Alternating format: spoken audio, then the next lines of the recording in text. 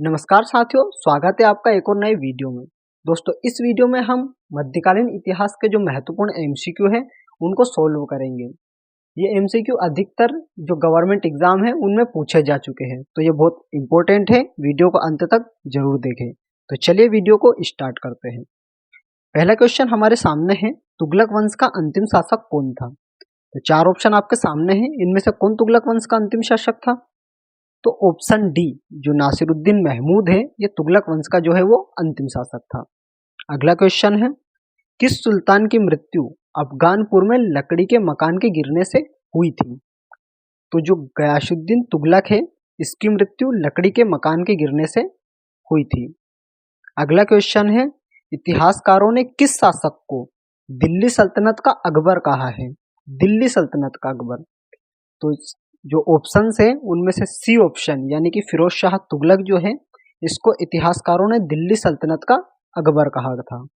ठीक है, अगला क्वेश्चन देखते हैं, तुगलक वंश का संस्थापक कौन था?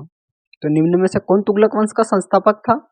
ऑप्शन ए गयासुद्दीन जो तुगलक है, गाजी मलिक, ये तुगलक वंश का संस्थापक था। अमीर कोही नामक कृषि विभाग किस सुल्तान द्वारा प्रारंभ किया गया था? जो अमीर कोही कृषि विभाग है वो किस सुल्तान ने बनाया था? तो ऑप्शन ए मोहम्मद बिन तुगलक जो है, इसने किसानों के लिए अमीर कोही नाम के कृषि विभाग की स्थापना की थी। अगला क्वेश्चन है, तैमूर लंग ने किसके शासनकाल में भारत पर आक्रमण किया था? तो जो तैमूर लंग है उसने भारत पर आक्रमण किया था, उस समय भारत का शासक कौन था निम्न में से? तो वो था ऑप्शन डी नासिरुद्दीन महमूद। अगला क्वेश्चन देख लेते हैं, अलाई दरवाजे का निर्माण किस शासक ने करवाया था? तो जो अलाई दरवाजा है ये दिल्ली में स्थित है, इसका निर्माण किसने करवाया था? तो इसमें आ जाएगा ऑप्शन ए जो अलाउद्दीन खिलजी है, इसने अलाई दरवाजे का निर्माण करवाया था। अगला क्वेश्चन, कौन सा शासक नया धर्म बनाना चाहता था परंतु उलेमाओं ने उसका विरोध किया? यानी कि वो एक नया धर्म बनाना चाहता था लेकिन उलेमाओं ने नहीं बनाने दिया। किस शासक को? तो ये शासक था ऑप्शन सी अलाउद्दीन खिलजी, जो कि नया धर्म बनाना चाहता था किंतु उलेमाओं ने इसका विरोध किया था। अगला क्वेश्चन देखते हैं, किस शासक ने अपने आप को खलीफा घोषित किया था? यानी कि वो कौन सा शासक था जिसने अपने आप को यानी कि स्वयं को खलीफा घोषित कर दिया था? तो जो मुबारक खिलजी है, ऑप्शन नंबर ए ये राइट आंसर हो जाएगा। मुबारक शाह जो खिलजी था, इसने स्वयं को खलीफा का उपाधि प्रदान की थी। खिलजी वंश का संस्थापक कौन था? तो निम्न में से कौन खिलजी वंश का संस्थापक था? Option B Jalaluddin Khilji. जलालुद्दीन खिलजी ने ही खिलजी वंश की स्थापना की थी। अगला क्वेश्चन है, दिल्ली सल्तनत का प्रथम सुल्तान जिसने स्थायी सेना रखी थी? तो दिल्ली सल्तनत के अंतर्गत वो कौन सा शासक था जिसने पहली बार जो सेना है वो स्थायी रूप से रखी थी? तो इसमें आएगा ऑप्शन सी अलाउद्दीन खिलजी ने स्थायी रूप से सेना रखी थी। दिल्ली सल्तनत में सबसे कम समय का शासनकाल किस राजवंश का रहा है? तो वो कौन सा राजवंश था जो सबसे कम समय के शासनकाल में रहा? वो राजवंश था खिलजी वंश, जो कि केवल 30 वर्षों तक दिल्ली सल्तनत के अंतर्गत रहा। अगला क्वेश्चन है, रजिया सुल्तान किसकी बेटी थी? तो निम्न में से किसकी बेटी थी रजिया सुल्तान? तो रजिया सुल्तान जो थी वो ऑप्शन डी इल्तुतमिश की पुत्री थी। लाख बख्श के नाम से कौन सा शासक जाना जाता था? तो निम्न में से कौन सा शासक लाख बख्श के नाम से जाना जाता था? ऑप्शन बी कुतुबुद्दीन ऐबक, लाखों का दान देने के लिए ये लाख बख्श के नाम से जाना जाता था। अगला क्वेश्चन देख लेते हैं, निम्न में से किस शासक की मृत्यु पोलो खेलते हुए हो गई थी? पोलो यानी कि चौगान खेलते हुए। तो जो ऑप्शन ए कुतुबुद्दीन ऐबक है, इसकी मृत्यु पोलो खेलते समय हो गई थी। अगला क्वेश्चन है, गुलाम वंश का संस्थापक कौन था? तो गुलाम वंश की जो स्थापना है वो किसने की थी? तो ऑप्शन ए कुतुबुद्दीन ऐबक ने ही गुलाम वंश की स्थापना की थी, या गुलाम वंश का पहला शासक था। कुतुब मीनार का कार्य किसने पूर्ण किया था? देखिए क्वेश्चन में है किसने पूरा किया था, ना कि किसने बनवाया था। स्टार्टिंग किसने की थी ऐसा नहीं पूछा है।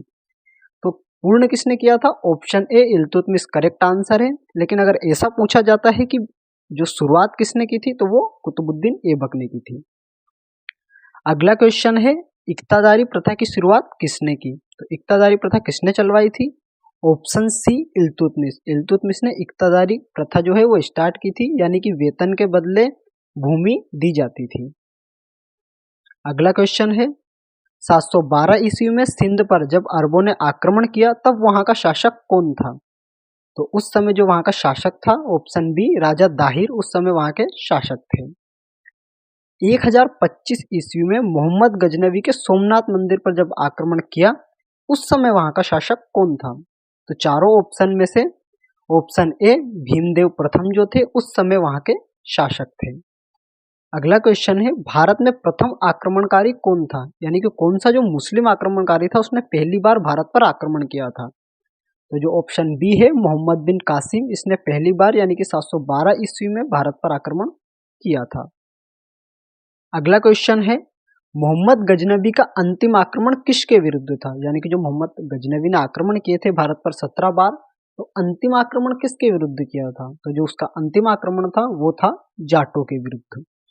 अगला क्वेश्चन देख लेते हैं मोहम्मद गोरी ने अपने विजित क्षेत्र की देखभाल के लिए जो जर्नल नियुक्त किया था वो कौन था? तो मोहम्मद गोरी ने कुतुबुद्दीन ऐबक यानी कि ऑप्शन सी राइट आंसर होगा, कुतुबुद्दीन ऐबक को अपना जर्नल नियुक्त किया था।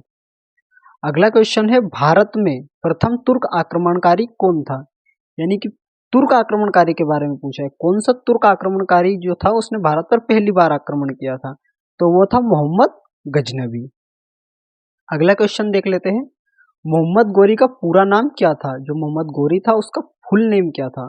तो ऑप्शन ए मोइनुद्दीन मोहम्मद बिन शाम जो है वो मोहम्मद गोरी का पूरा नाम था। अगला क्वेश्चन है चंदावर का युद्ध किस किस के मध्य हुआ था? जो चंदावर का युद्ध हुआ था वो किन किन के बीच हुआ था? तो चंदावर का युद्ध हुआ था मोहम्मद गोरी और जय सिंह के बीच या जयचंद के बीच। अगला क्वेश्चन है तराइन का पहला युद्ध कब हुआ था? यानी कि पृथ्वीराज चौहान और गोरी के बीच में जो तराइन का पहला युद्ध हुआ था ये कब हुआ था? तो ये हुआ था 1191 यानी कि ऑप्शन ए राइट आंसर है। अगला क्वेश्चन है निम्न में से कौन मोहम्मद गोरी का गुलाम था? तो कुबाचा, याल्दोज, कुतुबुद्दीन ऐबक, इनमें से कौन गुलाम था मोहम्मद गोरी का? तो ये तीनों ही मोहम्मद गोरी के गुलाम थे। तो ऑप्शन डी उपरोक्त सभी राइट आंसर हो जाएगा। अगला क्वेश्चन देखते हैं नालंदा विश्वविद्यालय को किसने नष्ट किया था? किसने नष्ट किया था नालंदा विश्वविद्यालय को? तो ऑप्शन ए राइट आंसर है, बख्तियार खिलजी जो है इसने नालंदा विश्वविद्यालय को नष्ट किया था। गोरी का अंतिम अभियान किसके विरुद्ध था? जो मोहम्मद गोरी है इसने अपना अंतिम अभियान किसके विरुद्ध किया था? तो खोकर जाति के विरुद्ध इसने अपना अंतिम अभियान किया था। और मोहम्मद गजनवी ने किसके विरुद्ध अंतिम अभियान किया था? जाटों के विरुद्ध किया था। तो दोस्तों अगर आपको वीडियो पसंद आई हो तो वीडियो को लाइक जरूर करें और इस तरह के वीडियो और अदर जीके नॉलेज के लिए हमारे चैनल सिविल जॉब्स को सब्सक्राइब जरूर करें। चलिए मिलते हैं एक और नए वीडियो में, तब तक के लिए जय हिंद।